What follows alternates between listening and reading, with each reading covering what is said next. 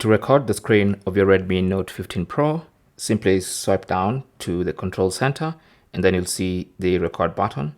Tap on that. If it's the first time, then you'll have to give permissions. And then this screen recorder control will pop up on your screen. Now you can drag this and place it anywhere you want, somewhere that's more convenient for you. And then to start recording, just tap on the record button. Now it's recording my screen. And if I want to, I can tap on it to bring it up and then I can stop at any time. So just tap on the stop button. It saves that video in the recording. Now you can also tap on the settings icon from that little control. And here you can adjust the settings of your screen recording. You can adjust the frame rate, the sound source, video quality, resolution, all that stuff. All right. Then once you're done screen recording, you can close this window by tapping on the X. All recordings, like I said, are saved in a gallery. So if you go into your gallery, you should find your screen recording there.